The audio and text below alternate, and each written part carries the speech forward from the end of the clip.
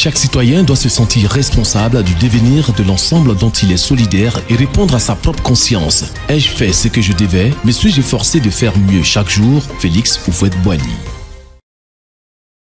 Nous sommes le jeudi 31 juillet 2025, le dernier jeudi de ce 7e mois de l'année 2025, et nous continuons à parler de ce beau thème pour l'édification personnelle et sociale qu'est le pardon. À titre de rappel, dans les 2 émissions précédentes, nous avons parlé des généralités sur le pardon. Nous avons fait le constat du peu d'enthousiasme que suscite le pardon. Nous avons mentionné la répulsion que l'on a vis-à-vis du pardon et indiqué que le pardon est absolument utile à la société, à l'individu et dans le domaine public. Alors, pour éviter toute méprise, il est important de donner les précisions suivantes. Première précision. Le pardon n'est pas l'oubli. Pardonner, nous l'avons déjà dit, mais il est bon de le rappeler, c'est remettre volontairement une dette morale contractée contre soi. Pardonner est bien autre chose qu'oublier. Dans les émissions précédentes, d'ailleurs, nous l'avons souligné.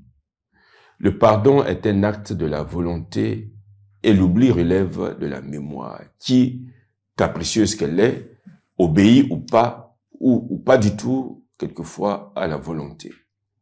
On peut décider de pardonner, mais on ne peut pas décider d'oublier, puisque les 2 actes s'appuient sur des facultés différentes. Mais il est bon de préciser que le fait de ne pas oublier la faute ou l'offense ne signifie nullement qu'on n'a pas pardonné, si on a volontairement décidé de remettre la faute ou l'offense. Dans cette précision sans tautologie, si le pardon est un acte de la volonté, il n'est pas uniquement un acte de la volonté. Quand nous le verrons par la suite, dans l'acte de pardonner s'entremêlent la pensée, les sentiments, les émotions, les passions, la mémoire et l'imagination. C'est tout l'être, c'est toute la personne qui pardonne. Le pardon n'est du reste pas un acte unique, un acte d'un moment unique, mais plutôt un long processus qui prend parfois du temps.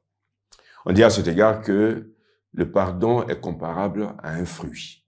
Et les fruits, nous le savons, ont besoin de temps pour pousser et mûrir. Autre précision, le pardon n'est pas la négation de la faute ou de l'offense. On ne pardonne pas une faute ou une offense en niant la réalité.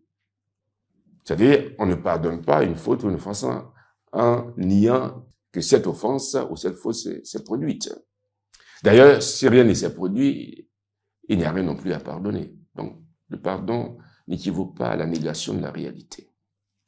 Autre précision, le pardon n'est pas non plus effacer ce qui s'est produit. La faute ou l'offense laisse une trace qui peut parfois rester indélébile. Et donc, il faut bien garder en tête cela. Le pardon n'est pas l'effacement de ce qui s'est produit, parce que des fois, ça laisse des traces. Et la 4e précision, c'est que le pardon n'est pas la rénonciation à ses droits. L'injustice, nous le savons et nous l'avons déjà dit plusieurs fois, ne doit pas être tolérée. L'injustice doit être combattue et corrigée dans la mesure du possible. L'exercice de ces droits relève du droit et de la loi. Le pardon, lui, relève de l'amour.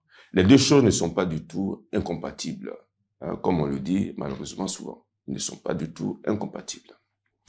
La semaine prochaine, nous allons continuer à donner ces précisions sur le pardon.